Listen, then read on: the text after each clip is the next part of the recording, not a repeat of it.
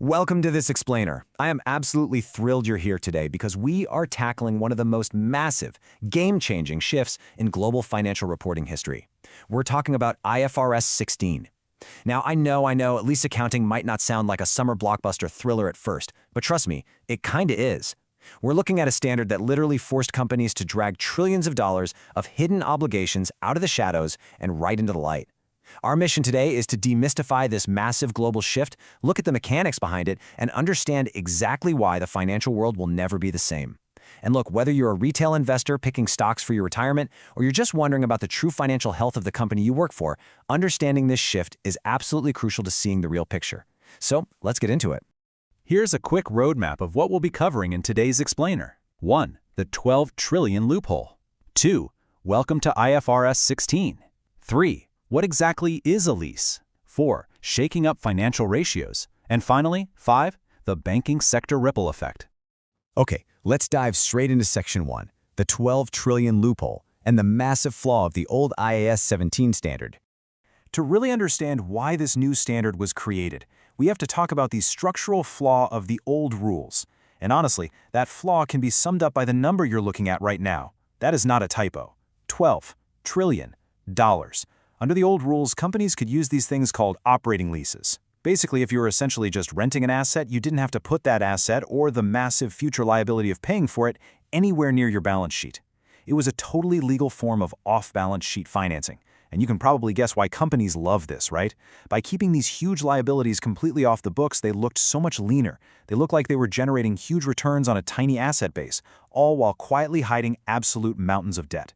In the US alone, there was an estimated $3 trillion sitting off the books. Globally, a staggering $12 trillion in invisible commitments. Let me make this concrete for you with what I like to call the airline illusion. Picture an airline company, and they decide to lease 10 massive airplanes. Under those old operating lease rules, these planes literally never appear on their balance sheet, and the future commitments to pay for them, also totally invisible. But those planes are out there flying every day, generating massive revenues and boosting profits on the income statement. So to an investor just glancing at the ratios, this airline looks incredibly asset-rich, super profitable, and practically debt-free. But it was completely an illusion. The real financial risk and all those contractual obligations were just buried deep in the footnotes. Which brings us to Section 2. Welcome to IFRS 16, the ultimate fix. So, under the old system, IAS 17, we had this split dual model. You had finance leases going on the balance sheet and operating leases treated as just a simple rent expense on the income statement. Well, IFRS 16 completely sweeps that away for lessees. It introduces one single mandatory model. Now, if you lease an asset, you absolutely must recognize a right-of-use asset, or an ROU asset, and a corresponding lease liability on your balance sheet. In plain English, a right-of-use asset basically says, hey, while we might not legally own this building or this machinery, we own the exclusive right to use it for the length of the contract, and that holds massive economic value. And obviously, you owe money for it, hence the lease liability. That old simple rent expense mindset is gone. It's all about true asset and liability recognition now. But here's the kicker. It doesn't just change the balance sheet. It completely flips the income statement on its head.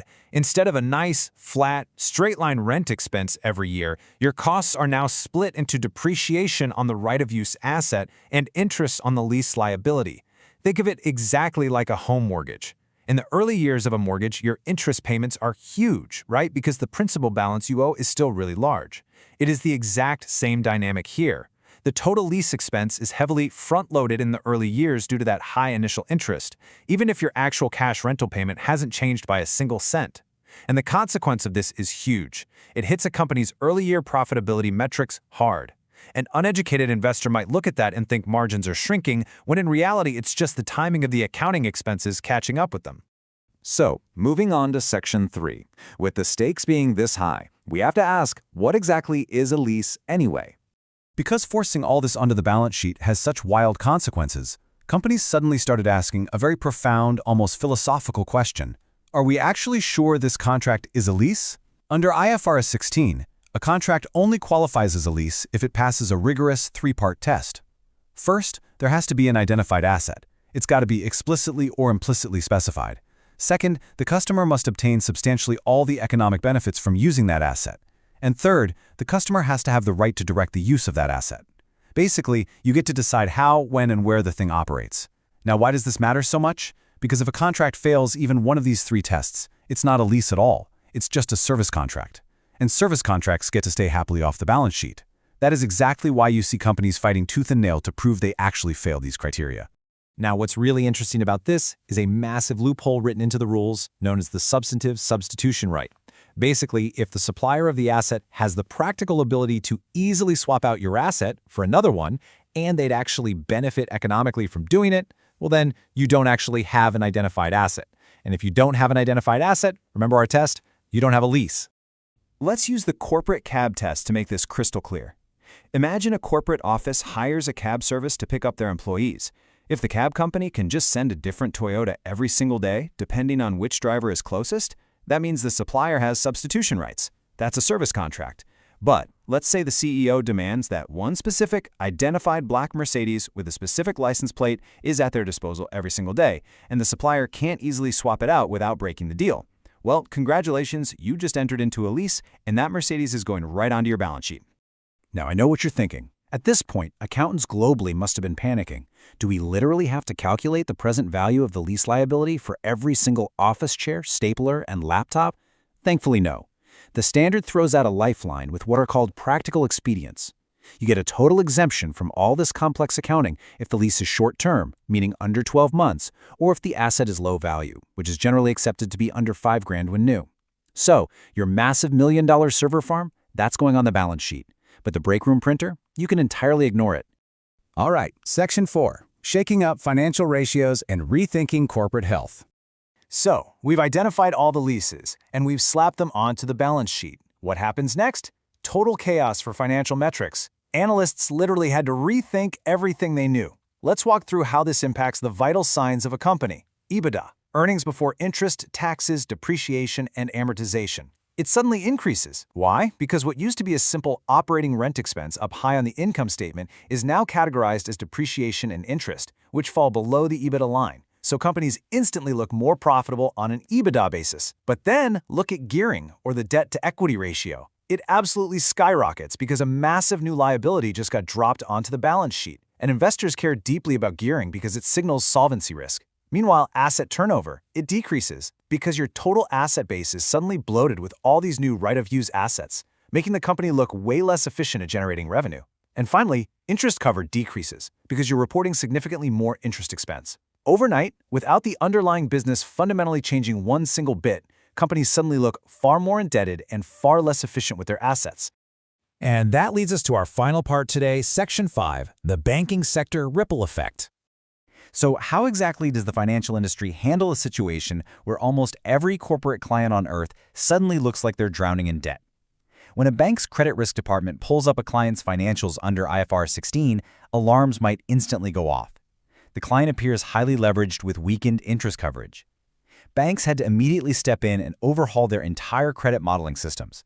They had to make sure their algorithms could actually tell the difference between a client taking on dangerous new debt versus a client simply complying with a new accounting rule that exposed their existing operational commitments.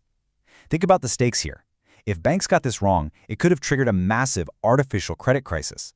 They could have accidentally penalized perfectly healthy corporate clients, freezing their credit lines just because the accounting rules changed, not because the businesses were actually failing. But here is the crazy twist. Banks aren't just evaluating others.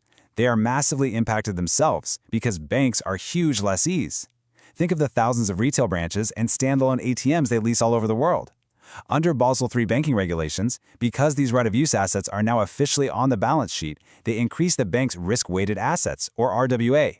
And when your risk-weighted assets go up, your capital adequacy ratio, your CAR, gets pushed down. To put that into perspective, the capital adequacy ratio is essentially the financial cushion a bank is legally required to hold in reserve so they don't go bankrupt during a crisis. Banks literally have to hold more regulatory capital now, locking up billions of dollars globally just to offset the fact that their physical branch networks are finally visible on the balance sheet. And operationally, this became a monumental headache. You absolutely cannot manage this transition on a spreadsheet. Banks are dealing with 10,000, sometimes 50,000 individual leases for tiny kiosks, off-site servers, and branch offices. they've had to migrate to specialized, heavy-duty lease accounting software just to track the specific start dates, the modifications, and the unique individual discount rates for every single microlease across their entire global footprint. And this was not just a simple paper exercise, guys. Companies and banks spent millions upon millions of dollars just on software implementation, IT compliance, and auditing fees just to execute the standard. It was a massive, expensive operational